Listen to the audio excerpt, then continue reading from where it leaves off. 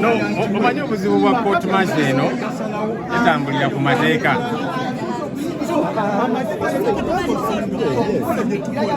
No, ekiriwo eno general court martial fact sina court ya kujo dola kanise giyita tribunal tetambulira ku mateeka.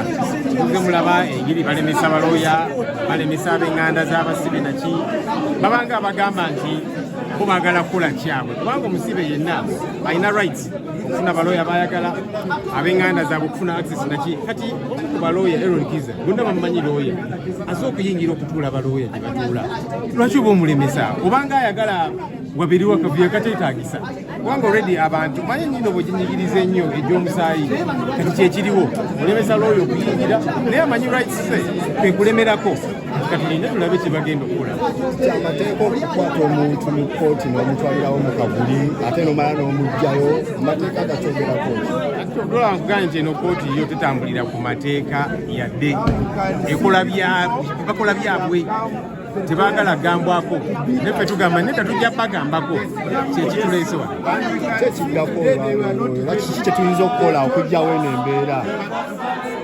embeera ya kkooti eno yeefaananyiriza ekigenda maaso mu ggwanga owannakyemalira eno kkooti etambulira ku ntoli za mwami Museveni owali obuzibu kati ekizibu kisukka ne ku kkooti eno era kirina okulwanyisa kirina okulonjoola anjogera olugulu bate bakyabuza kibuuzo kirala gankole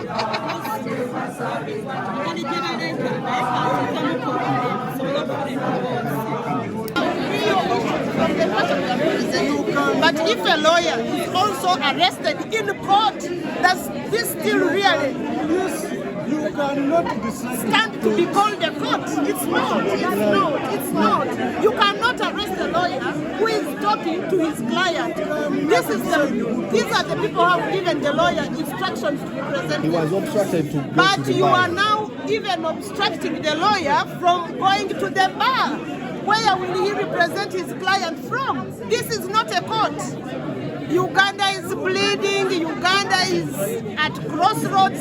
All citizens should be aware that where we are now, we are actually in a murder chamber, not in a court. Honorable, what is next after this? Well, we want to see whether they will bring our lawyer back or not.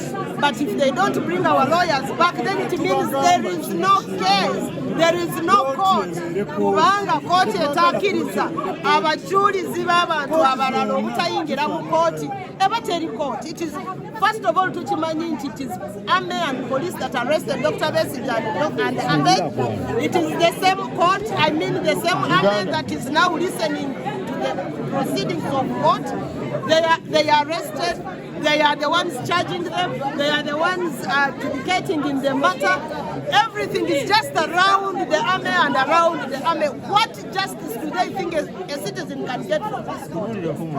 So, ekibaddewo kiri nti ab'amagye tebaagala bapulida ba Dr. Besigye ne Ahmed Kamalekeya okujja wano okuyimirira abantu baabwe. Eron Kizza abadde ayingira agende mu ntebe z'abalooya ne bamugaana okuyingirayo. Ekyo kitegeeza ki tebaagala bapulida baba Besigye era nabo babeere mu kooti. Bwe baba tebabaagala wano batugambe nti wano tewali bwenganya. Era ekyo kyetubadde tugamba bannansi buli lunaku nti kooti eno terina bwenganya. Bw'olaba nti abantu bafe abalooya baabwe tebabakkiriza okubawolereza bo baagala ki? Yesonga lwaki enekooti wano batugaana okurepresentinga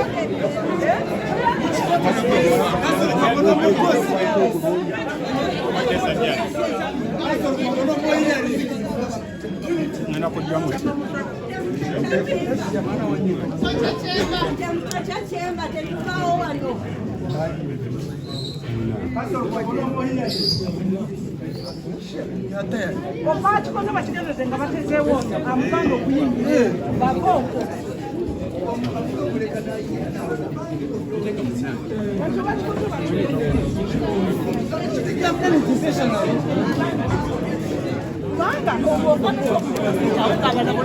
the council. Yes. He has the right to. Yes, and has committed no offense. And you don't determine where the council should sit because they know themselves. Which case has he committed? It's the lead council who knows where.